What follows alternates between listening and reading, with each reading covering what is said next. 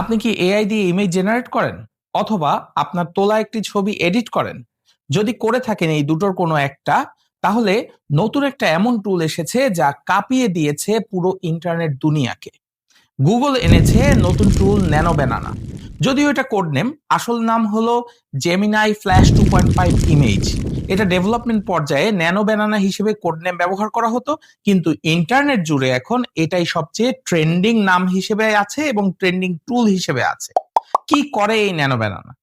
আপনি টেক্সট দিয়ে যে ছবি বানাতেন তাতে অনেক ধরনের ডিটেইল এবং প্রফেশনাল গ্রেডের কথাবার্তা যুক্ত করতে হতো প্রম্পটে, সেটা এখন আর হবে না।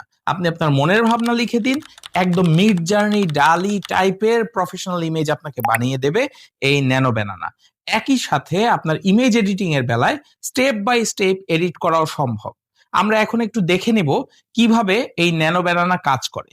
এটা খুঁজতে হলে আপনাকে যেতে হবে গুগল এআই স্টুডিওতে, সেখানে গিয়ে ক্লিক করতে হবে ন্যানো ব্যানানাতে।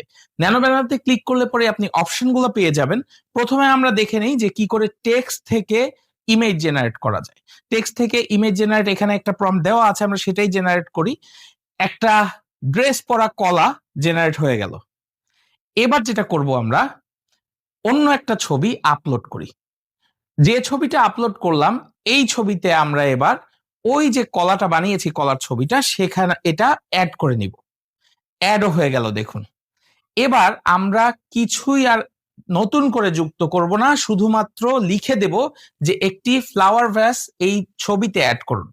দেখুন সেটাও কিন্তু এই ন্যানো ব্যানানা অ্যাড করে দিয়েছে। সবচেয়ে আরো যে আসার কথাটা সেটা জানিয়ে রাখি, এই ন্যানো ব্যানানা দিয়ে আপনারা যে যে ছবি বানাবেন সেগুলো সবকটাতেই একটা আইডি জেনারেট হবে, যাতে বোঝা যাবে যে এটা এআই জেনারেটেড অথবা এআই এডিটেড ফটো। তাহলে আর দেরি না করে গুগল এআই স্টুডিও দিয়ে শুরু করুন ন্যানো ব্যানানার আপনার যাত্রা।